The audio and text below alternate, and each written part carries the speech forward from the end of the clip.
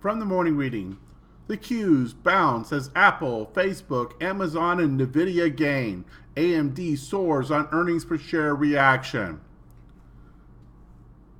Breadth weakened compared to the prior session as decliners led 1535 to 1442 on the New York Stock Exchange and led 1435 to 1420 on the Nasdaq. On the S&P 500 snapshot, some key economic news, but a fractional gain. A strong January ADP employment data report before the market opened goosed the already positive futures and helped trigger a 0.45% intraday high about 5 minutes into the session. The index then sold off to its negative 0.28% intraday low just before the lunch hour, then traded in a fairly narrow range to the 2 p.m. release of the Fed minutes, which triggered a fast trade head fake. The 500 closed the session with a minuscule 0.3% gain. The S&P 500 is flirting with failure. After its breakout to new all-time highs in late January, the S&P has spent 7 days in breakout mode, trading above its prior record high, but for the past 3 days it has dipped below that level, suggesting the possibility of a failed breakout. If it does fall after spending a week or so in record territory, then it has typically led to further selling pressure, especially shorter term. Stocks often see weakness in February after a presidential election, but there's been a big difference between those years when stocks closed at a 5-year high in January, like this year, versus when it did not. There was usually little to no weakness when stocks were at the high and almost always weakness when stocks were not. New lows are picking up in the consumer discretionary stocks. Nearly 5% of stocks in the sector have reached a 52-week low, an abnormally large amount. By the time 5% of stocks in the sector have reached a 52-week low, the S&P 500 Consumer Discretionary Index is an average of 9% off its 52-week high. Of the 8 times lows have spiked while the sector index is within 1% of its high, like now, it led to an average loss of more than 10.3% at some point during the next 3 months, versus an average gain of only 2.4% at its best. In other news, the dollar is still under pressure, but euro and yen are still in downtrends. Gold's trend may depend on the euro. Dow may retest the 50-day line. Transports fail to reach new highs. Utilities weaken at the 200-day line, and Apple appears near a record high. Hello, this is Stephen Harris, a head trader from Falcon Global, where we model best practices for investors, traders, and day traders from entry to exit every trading day. In this daily video, provide my opinion and insights of current market trends, market timing, volatility, and hedge risk levels for the upcoming day for the key U.S. financial markets. It is 6:22 a.m. Mountain Time, and I'm recording this in preparation to the market day of February the 2nd, 2017. Full disclaimers are at the end of the video, but be aware that this is for educational purposes only, and only you are responsible for the investing or trading decisions that you make. Okay, let's go ahead and dive into the morning report. And at the time of this cut, we've got a bit of weakness across all 4 of the U.S. broad-based indices. The S&P futures are down about 0.25%. Russell futures are down about 0.33%. NASDAQ futures and Dow futures down about 0.25%. Crude oil is up about 0.4%. Euro is up about 0.25%, as is the U.S. long bond. And gold is up about 1.4%. China is up about 0.3%. Hong Kong, on China, they're on the last day of their Lunar New Year holiday. Market in China should reopen tomorrow, as I understand it. Hong Kong is down about 0.5%. Japan down about 1.2%. So the weakness spreads to Asia as well. Germany is at scratch. United Kingdom is up about 0.2%. In terms of macroeconomic reports of significance for today in the United States, you have unemployment claims, the weekly report, preliminary non-farm productivity, unit labor costs, the weekly natural gas storage report, And looking forward to tomorrow, we have average hourly earnings, non-farm employment change. That's your big monthly employment report. You have FOMC member Evans speaking. And you have ISM manufacturing PMI and factory orders. So quite a bit of activity on the macroeconomic report side for both today and tomorrow. In terms of current volatility, the short-term VIX is coming up a bit. We've got a 12.04, and skew also quite elevated at a 133.97. So both of those are heating up. Though, to be fair, a short-term VIX, we've gotten used to seeing these 9s and 10s, and a 12 seems high. In the big scheme of things, 12 to 15 is kind of normal. IV percentiles also exceptionally low, though perhaps a bit up off their very, very low recent sessions. The S&P at a 13, the Russell at 13, the NASDAQ a 6, and the Dow a 19. We did have a standard deviation size move put in on a close-to-close basis yesterday in the NASDAQ, and that was powered by Apple. And we'll take a look at that chart, but Apple's closing in near its all-time highs. The other indices had less than a one standard deviation size move on that close-to-close basis. Let's go to those charts.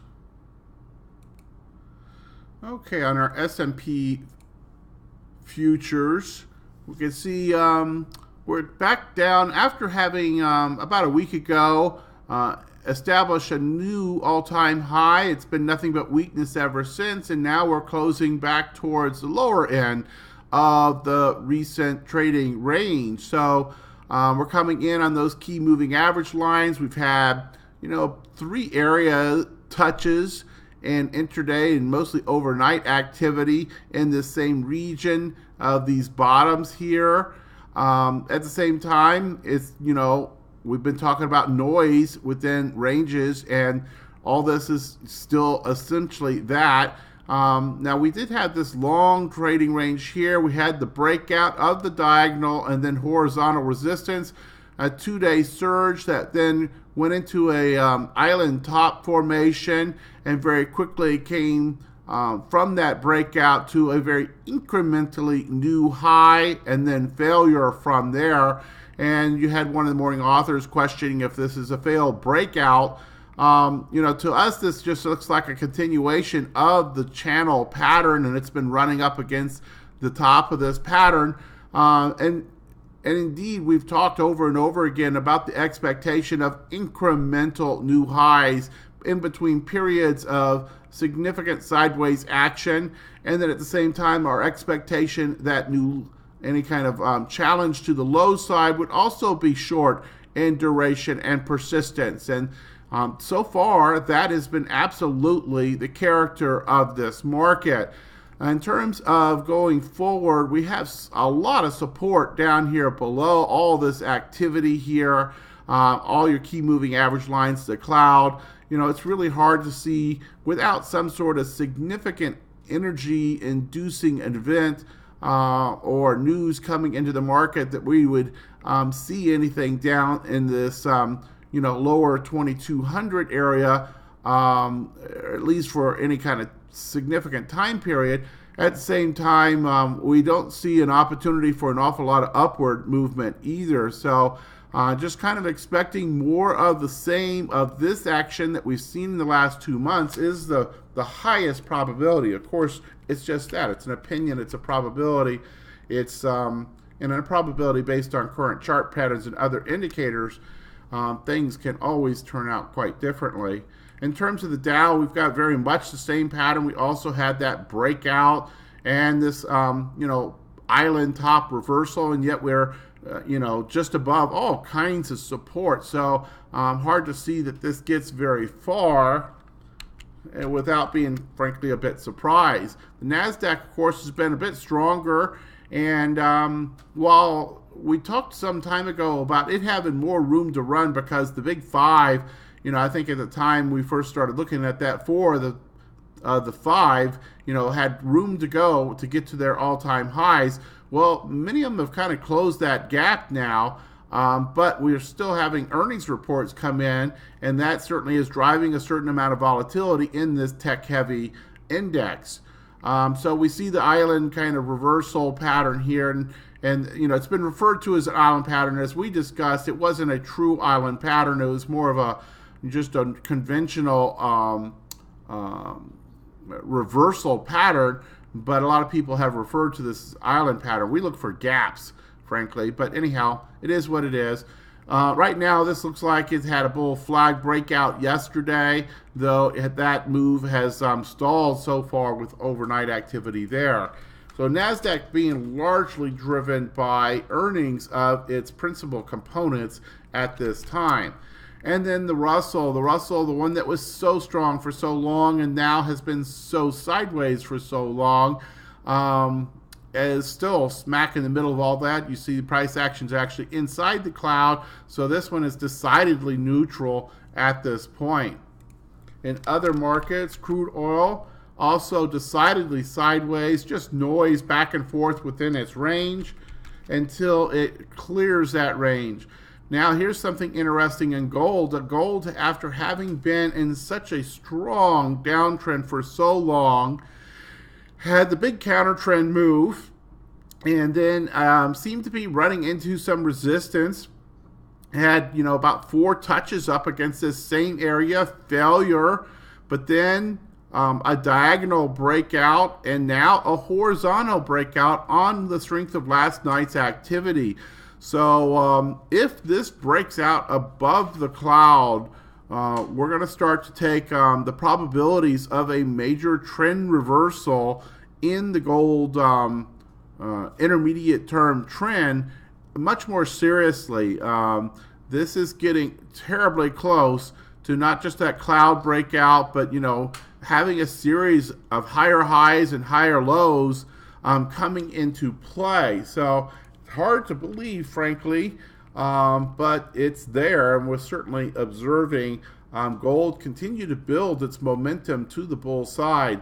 Now, every time I think I kind of know which way gold is going, it does a really ugly reversal and goes the other way. Now, interesting enough, we've not seen a huge move in the dollar. I was really expecting that when I popped over here to the dollar after seeing that big move in gold, that there would also be a big move in the dollar. And, I don't see that in any kind of relative way, though we have had this kind of breakout below the cloud, so the dollar becoming also decidedly bearish and building on what seems to be a new trend with this significant break a few weeks ago of its prior bullish trend. In terms of the bonds, decidedly sideways and neutral at this point. So we're starting to see some disconnects, perhaps, between bonds, gold, crude oil, and the dollar. And frankly, at some point, I'd expect those relationships to come back into order. So whatever's going on with gold, and there's gold bugs out there that watch every tick of this market. I don't, but whatever's going on here, it certainly seems to be kind of on its own in many ways and out of context to some of the others. Now here's DBC, and this is our commodity index, and you see it's in a sideways pattern much like crude oil. I often see DBC pretty much highly correlated with crude oil. I'm trying to remember silver.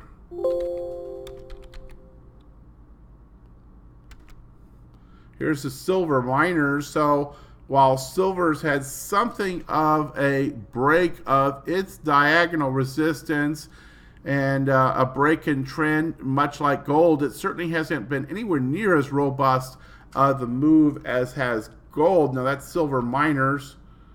And see if I can remember what gold was.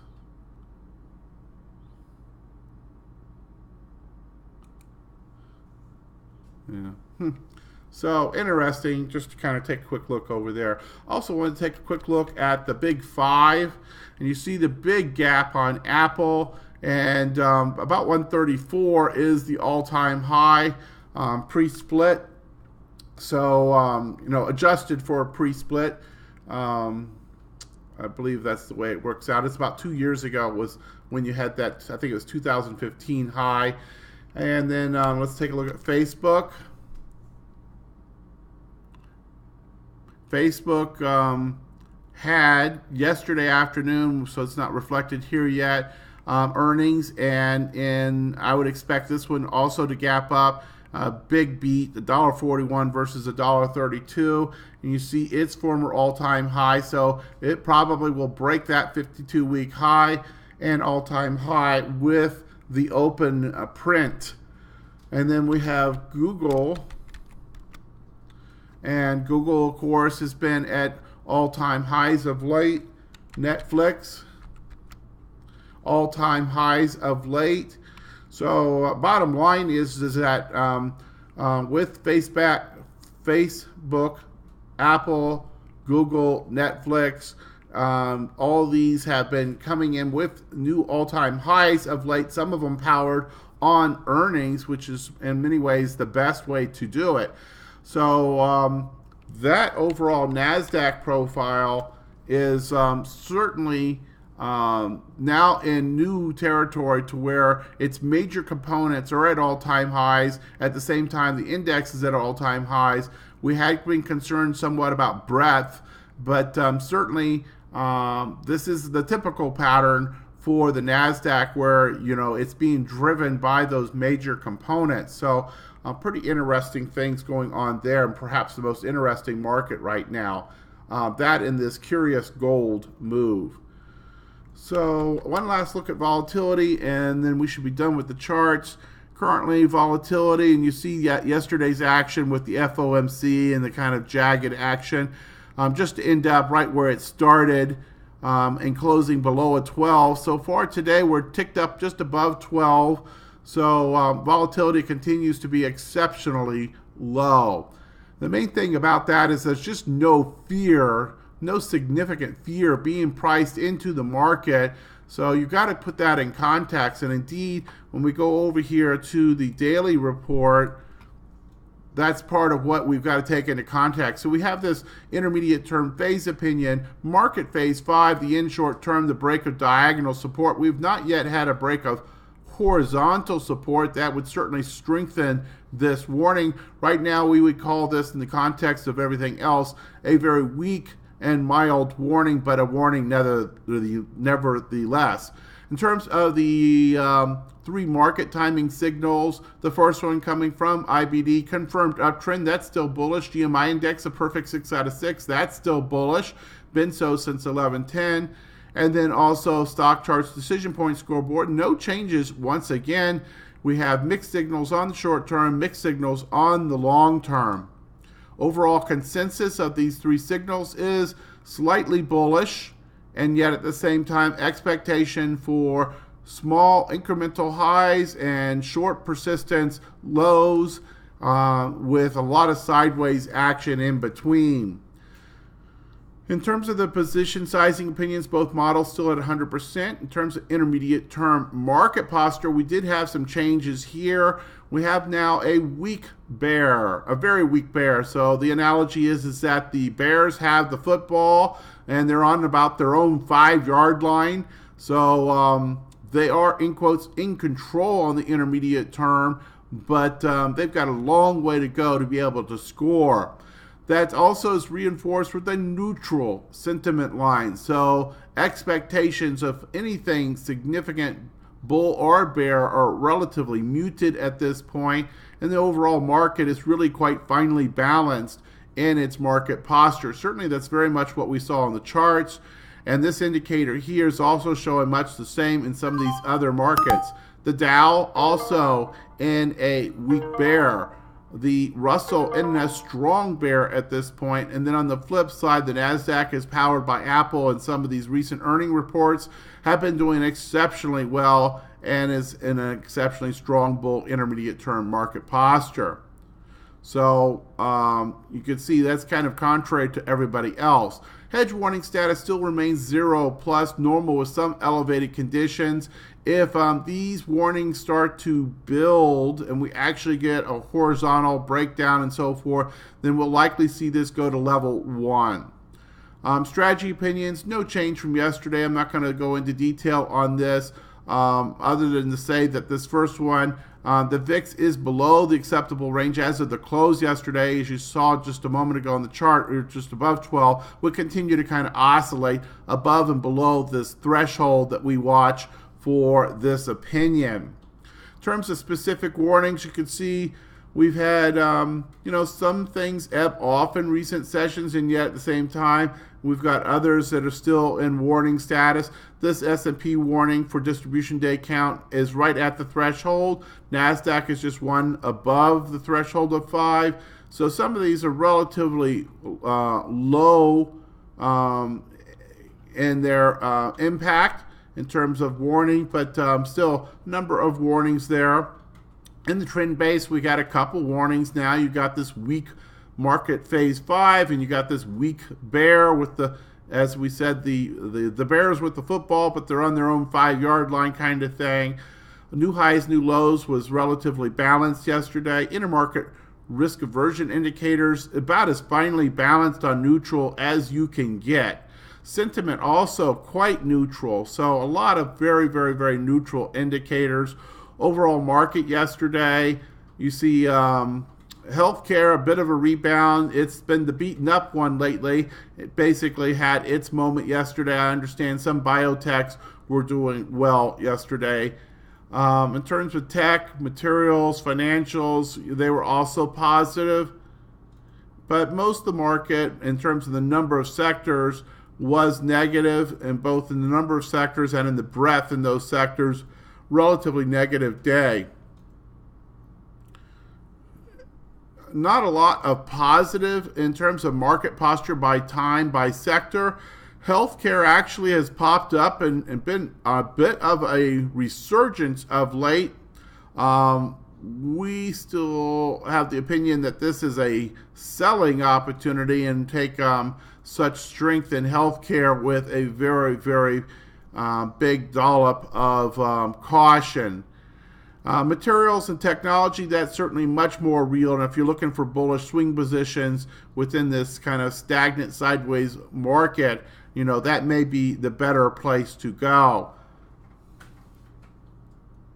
Okay, and I think that's probably enough for today. Let's go ahead and wrap this thing up.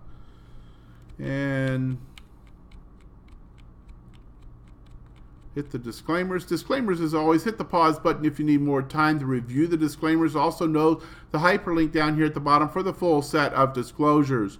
In the meantime, manage that risk profile and go out there and learn something about your trading every single trading session, and everything should start to fall in place for you. Good trading.